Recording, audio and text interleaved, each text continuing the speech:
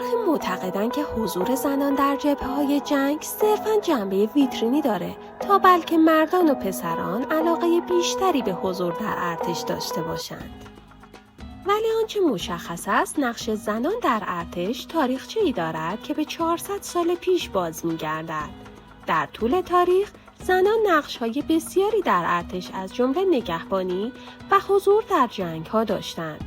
هرچند خدمت زنان در ارتش همواره موضوعی جنجالی بوده.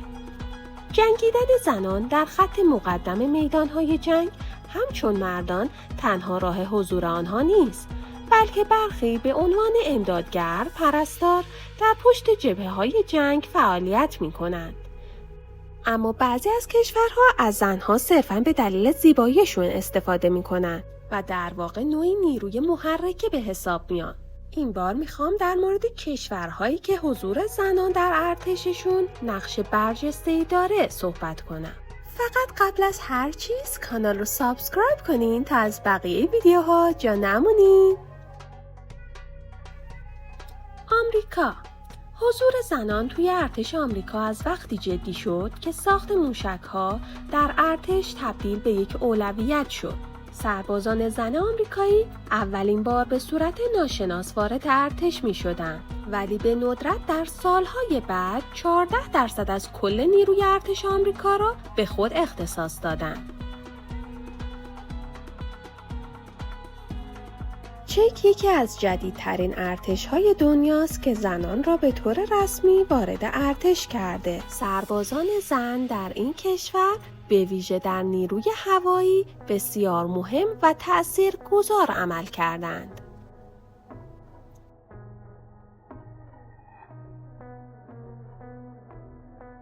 کشور بعدی ارتش لهستانه. ارتش لهستان حدود 2500 سرباز زن دارد. این زنان از حقوق مشابه مردان برای پیوستن و خدمت در ارتش و نیروی دریایی برخوردارند. کشور بعدی ارتش بریتانیا است. سربازان زن بریتانیایی توی فهرست جذاب‌ترین سربازان زن رتبه 7 را به خودشون اختصاص دادند. سربازان زن انگلیسی از اوایل دهه 1990 وارد نیروی مسلح بریتانیا شدند، ولی در حال حاضر از یگانهای رزمی کنار گذاشته شدند و توی سایر بخش‌های نظامی خدمت می‌کنند. شما می‌دونید رتبه اول جذاب‌ترین سربازان زن دنیا متعلق به چه کشوریه؟ لطفاً برام کامنت کنید. کشور بعدی ارتش پاکستانه. پاکستان تنها کشور اسلامیه که خدمت سربازی زنان را اجباری کرده. خدمت زنان پاکستانی شامل عملیات نظامی خصمانه و رزمی هم میشه. و اما کشور بعدی ارتش اسرائیله. زنان اسرائیلی مانند مردان وقتی به سن قانونی میرسن مجبور به خدمت سربازی هستن. ارتش اسرائیل بزرگترین ارتش زنها رو داره. بعضی از زنها برای خدمت در جنگ توی واحدهای پیاده نظام نیز خدمت میکنن. جالبه بدونید که 31% از جمعیت ارتش اسرائیل را زنان تشکیل میدهند. اما اینکه جمعیت این کشور به شدت کمه بی تأثیر نیست. کشور بعدی ارتش یونانه. سربازی زنان در این کشور اجباری نیست. زنانی که در ارتش این کشور خدمت می‌کنند کسانی هستند که به میل خودشون وارد ارتش میشن، در حالی که مردا از سن قانونی مجبور به این کار هستند.